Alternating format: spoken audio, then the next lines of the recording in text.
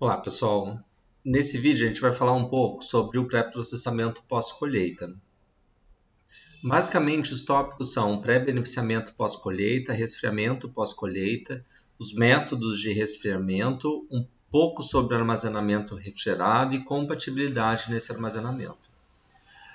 Vou dividir em dois vídeos. Esse primeiro vou falar especificamente a parte de pré-beneficiamento e as etapas envolvidas, e num segundo vídeo falando um pouco mais sobre o resfriamento pós-colheita.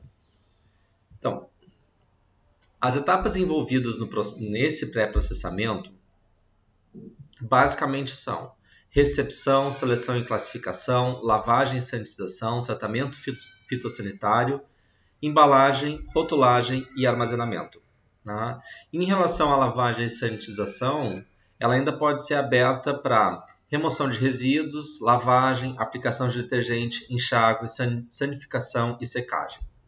Essas etapas, elas não necessariamente vão acontecer sempre nesta ordem. Tá? E nem sempre existe esse pré-processamento com os vegetais após a colheita. Normalmente esses vegetais, eles são colhidos, são levados para uma central de distribuição, às vezes pode ser um local dentro da própria fazenda, e isso vai depois para o mercado, seja para o mercado varejista, ou seja para o mercado, para o setor industrial mesmo, como matéria-prima para posterior processamento.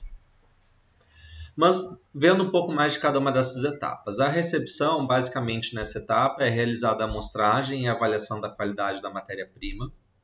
A gente já viu algum desses parâmetros na aula passada, né, no vídeo passado, o que são esses parâmetros que acabam influenciando na qualidade da matéria-prima. Basicamente, o que a gente tem? Cor, teor de sólidos solúveis, acidez, rendimento em polpa, tamanho e formato. A gente já vai ver a importância dessas características, e isso tudo pode ser avaliado como uma forma de controle de qualidade do recebimento dessa matéria-prima. E as características desses vegetais, eles são diferentes, né? Quando a gente vai comparar aquilo que vai para a indústria e aquilo que vai para o mercado varejista. No caso do varejo, as principais características estão relacionadas à aparência e uniformidade, né? Porque a gente vai ter o consumo e a comercialização daquele vegetal in natura. Já para a indústria, a aparência e a uniformidade não é tão importante, porque essa matéria-prima ela vai ser processada. Então, a gente tem características relacionadas aos padrões físico-químicos muito mais importantes. Então, para o processamento, para a produção de uma geleia, para a produção de um suco, de uma polpa, é muito mais importante eu ter um teor de sólidos solúveis e um teor de acidez titulável adequados. E além disso, né, durante essa etapa de recepção, podem ser feitas seleções para retirada de produtos que estão muito fora do padrão. Vale comentar que a recepção não é necessariamente uma etapa de seleção, né? Posteriormente à recepção, a gente vai ter, de fato, a etapa de seleção para a retirada dos materiais injuriados que não estão ali aptos, seja para o consumo, seja para o processamento. Mas isso já pode ser feito também ao longo da recepção. Aqui a gente tem algumas imagens de diferentes formas de recepção, né? É comum ver, a gente tem uma grande quantidade de pequenas indústrias na área de alimentos, onde vai ser mais comum ver esse tipo de recepção de uma forma mais manual, assim como a gente tem grandes indústrias de processamento, principalmente na área de sucos, que recebem um volume muito maior de matéria-prima, né, como aqui recebendo em caminhões, esses caminhões sendo descarregados. O segundo momento, então, que é a etapa de seleção e classificação, pode seguir diferentes critérios, a gente já tinha comentado um pouco isso até mesmo na recepção, né? A gente tem essas similaridades entre recepção, seleção e classificação. Cor, tamanho e qualidade de efeito são os principais critérios avaliados nessas etapas de seleção e classificação. Cor está diretamente relacionada com o índice de maturação, como a gente já tinha comentado.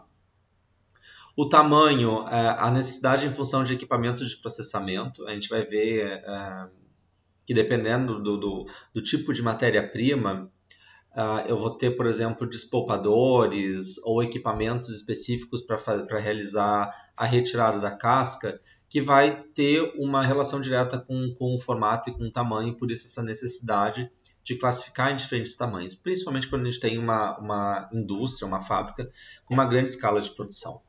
E qualidade de efeitos, né? Quanto menor o processamento, maior deve ser a qualidade física do vegetal, mas aqui eu vou fazer um parênteses. Na verdade, o que a gente tem que ter em mente é o seguinte: o processamento ele não consegue reverter uma matéria-prima de má qualidade em um produto final de boa qualidade. Então a gente sempre tem que ter esse cuidado que, independente de haver um processamento ou não, a matéria-prima ela tem que ter um determinado padrão de qualidade. E a retirada de material impróprio, como folhas, galhos, pedras e sujidades grosseiras, também acabam acontecendo nessa etapa. Aqui a gente tem de novo algumas imagens do processo de seleção e classificação. Aqui são exemplos de seleção manual, isso é muito comum, né? A gente ter a atuação humana para conseguir fazer a retirada e remoção de matéria-prima que está inadequada ou então de vegetais que estão com características inadequadas. E essa mesma seleção e classificação também pode ser feita de uma forma mecânica, né? E isso vai acontecer justamente quando eu tenho maiores escalas de produção.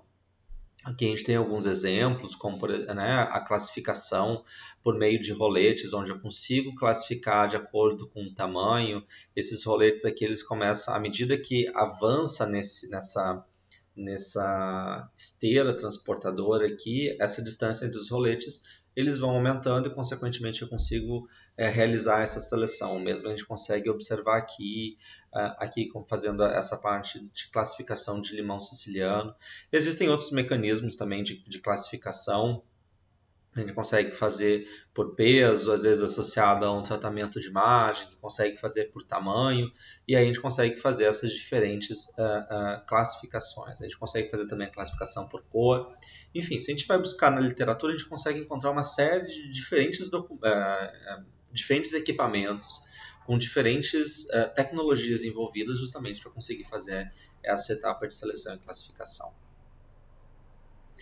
Em relação à limpeza e sanitização, o que a gente tem como principais pontos, né? Essas etapas elas podem ser realizadas juntas ou separadas. Isso depende da qualidade da matéria-prima que chega, ou seja, às vezes acontece a gente já receber uma matéria-prima dentro da indústria, né? A gente tem que pensar que isso daqui é pré-processamento, tá? Normalmente, essas etapas elas acabam sendo realizadas no próprio local de colheita, né? Então, normalmente, se a gente tem grandes fazendas, acaba sendo mais comum a gente ter esse pré-processamento justamente para conseguir melhorar a vida útil e diminuir a perecibilidade daquele vegetal, uma vez que todo esse pré-processamento ele também vai estar relacionado à possibilidade de diminuir algumas características, como, por exemplo, taxa de respiração, de transpiração, e que acabam envolvidas, né, diretamente com o processo de senescência e de amadurecimento. Mas, enfim, lavagem ela tem como principal objetivo retirar sujidades e material impróprio para consumo. Quando a gente fala material impróprio, é areia, terra, outros fragmentos que muitas vezes eles acabam sendo carregados juntos em função da colheita, principalmente quando a gente tem uma colheita mecanizada. E que, além disso, podem danificar os equipamentos. Então, a presença, por exemplo, de pedras ou pequenas pedras, dependendo do tipo de equipamento, isso pode trazer um prejuízo. Por isso, também, essa etapa de lavagem, de limpeza, ela não tem só essa relação com a parte microbiológica do produto em si, mas também a retirada desses outros materiais indesejáveis que podem prejudicar o processo como um todo. A gente tem diferentes tipos de sujidades, como, por exemplo, minerais da área de plantio, ou seja, areia e terra, vegetais, né, galhos e folhas, animais, ou seja, excrementos, pelos, insetos, ovos de insetos, isso é comum. Né? A gente tem esse vegetal está exposto ao ar livre, né, a uma série de condições ambientais e, consequentemente, eu posso ter ali uma diversidade de sujidades e, por isso, as etapas de limpeza e sanitização. Tem também sujidades químicas, como, por exemplo, resíduos de agrotóxicos, fertilizantes, micro-organismos e seus metabólicos também acabam sendo problemas de sujidades presentes. Em relação aos tipos de limpeza, a gente pode citar imersão com agitação, jatos de água aspersão, aproveitamento de diferenças de densidade, né, principalmente quando a gente quer separar sólidos, peneiração, que também é uma forma de conseguir fazer remoção de sólidos. A gente vai ver um pouquinho melhor cada um desses. A gente viu inicialmente, né, que a lavagem, a gente tem uma série de etapas associadas à lavagem e sanitização. A gente pode ter uma lavagem feita de forma separada ou uma lavagem feita de forma integrada com a sanitização. Mas basicamente o que a gente tem como etapas principais no processo de lavagem e sanitização é a remoção de resíduos, a lavagem em si, a aplicação de detergente, enxágue, sanificação e secagem. Né? Remoção de resíduos sólidos, né, ela pode ser feita de forma manual ou por ventilação. Aqui, de fato, a gente tem a associação, ou seja, ou de peneiras ou diferença de densidade, que acaba favorecendo a remoção desses resíduos. A lavagem, que a gente tem 3 métodos principais, imersão, agitação e aspersão, mas eu posso combinar diferentes métodos. A aplicação de detergente, a gente tem 3 tipos de detergente e o tipo de detergente utilizado ele vai depender do tipo de sujidade presente. Então, por exemplo, detergentes alcalinos são indicados para remoção de sujidades orgânicas, os detergentes ácidos para remoção de sujidades inorgânicas e detergentes neutros para remoção de sujidades leves. Tá? A aplicação de detergente não é algo muito comum nesses processos de limpeza, de lavagem de frutas e hortaliças, tá? Mas pode acontecer. Tem alguns vídeos que eu vou deixar disponíveis que um deles, inclusive, mostra essa etapa de aplicação de detergente. O enxágue, obviamente, ele acaba sendo necessário, principalmente em função da aplicação de detergente, que tem esse principal objetivo, remover esses resíduos do detergente, e a secagem, que tem como objetivo remover o excesso de água, uma vez que uma quantidade excessiva de água pode favorecer a proliferação de determinados micro-organismos. Na etapa de sanitização, o principal objetivo é reduzir carga microbiana. A gente tem diferentes meios utilizados para conseguir fazer essa redução de carga microbiana. Existem meios físicos, como por exemplo a aplicação de calor, radiação UV e irradiação, e os meios químicos, que utiliza basicamente compostos químicos, como por exemplo compostos clorados, compostos iodados, quaternário de amônio, ozônio. Ozônio está crescendo a quantidade ou a aplicação, o uso de ozônio como uma forma de sanitização. O ozônio ele tem um poder oxidante muito alto e, consequentemente, ele consegue destruir significativamente a carga microbiana presente. Mas o meio mais utilizado, a forma mais utilizada de realização do processo da etapa de sanitização é a utilização de cloro. Normalmente se utiliza por meio de hipoclorito de sódio, né? O princípio ativo que realmente vai conseguir realizar o processo de sanitização é o cloro em si. Então o hipoclorito ele é um fornecedor de cloro para aquela solução e, consequentemente, essa atividade sanitizante.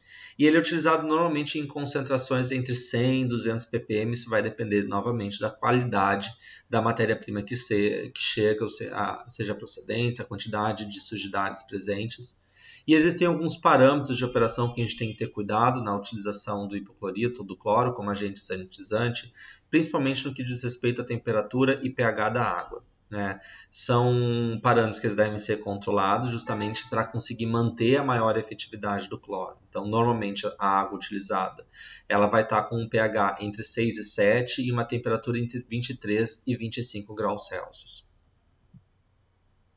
Aqui algumas imagens que exemplificam um pouco a etapa de lavagem e sanitização. Aqui a gente consegue ver as diferentes técnicas, né? Aqui a técnica de imersão pura, aqui a de aspersão, a de agitação. Aqui a gente até consegue ver, né, a aplicação de detergente, né? Provavelmente isso daqui parece ser laranjas. A gente tem que ter um cuidado, né? Porque o detergente ele vai ser aplicado a cascas, né? Quando o produto, na verdade, ele está na sua forma íntegra. Mas a gente pode ter também formas combinadas desses diferentes métodos, né? A utilização de imersão combinada com aspersão. Aqui, basicamente, eu tenho o borbulhamento de ar comprimido e essa agitação aumenta a turbulência e, consequentemente, o atrito. Isso facilita a remoção, principalmente de sujidades que estão aderidas com uma maior aderência, né, na superfície desses vegetais.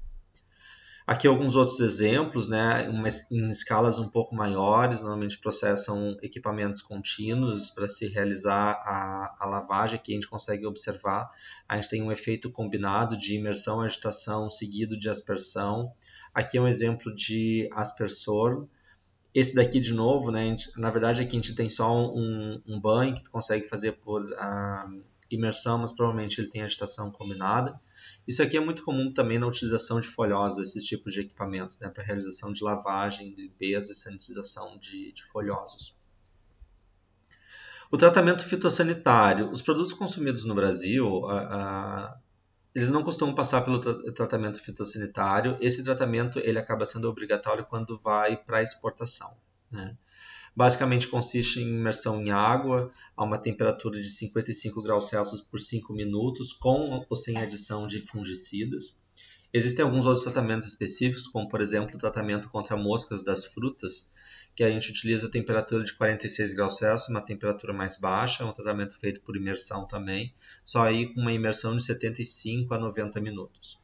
Existem alguns outros tratamentos especiais, não necessariamente tratamentos fitossanitários, mas que diz respeito à aplicação de películas, como por exemplo cera, parafina, películas à base de amido ou proteínas, e essas películas elas são aplicadas justamente para se reduzir a taxa respiratória e perda de peso, né? A perda de peso associada à transpiração e a taxa respiratória, uma vez que tu dificulta o acesso de oxigênio e a saída também de gás carbônico, e tu consegue interferir no processo de respiração desse vegetal e, consequentemente, retardar o processo de senescência. Em relação à embalagem, a gente tem algumas funções. A função da embalagem é proteger o produto, minimizar perdas, evitar a transpiração excessiva, minimizar a respiração, aumentar a vida útil, né? E a gente tem as embalagens ditas secundárias e primárias. As embalagens primárias são aquelas que entram em contato direto com o produto. Então, por exemplo, redes, sacolas de polietileno, bandejas plásticas, filmes de composição variada, como PVC, polietileno, poliestireno, polipropileno, normalmente são exemplos de embalagens primárias. As embalagens secundárias são aquelas, como o próprio nome já diz, né, são embalagens de ordem secundária, onde tu vai ter a embalagem primária armazenada, né? Como exemplo, papel ondulado, caixa de madeira, caixas plásticas. Esses tipos de embalagens são muito comuns no transporte dos vegetais in natura. Aqui a gente tem alguns exemplos, né? O transporte em caixas de papelão, uso de caixas de papelão, uso de caixas de madeira, né? O ideal, de fato, é a utilização de caixas plásticas, né? A madeira ela está sendo abolida da indústria justamente por representar uma possibilidade de contaminação. Exemplos aqui de embalagens primárias, né? Aqui a rede, como a gente tinha comentado, a rede de material polimérico, normalmente polietileno. Aqui de novo, né, as embalagens primárias, tanto o filme PVC, quanto as bandejas de polietileno, a embalagem secundária, que é uma caixa de papelão e assim por diante.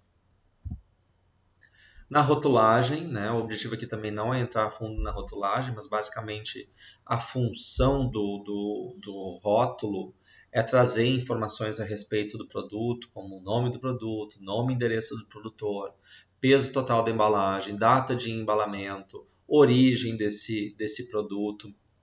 A gente já tem hoje em dia uma legislação específica a respeito de rotulagem para diferentes tipos de produtos.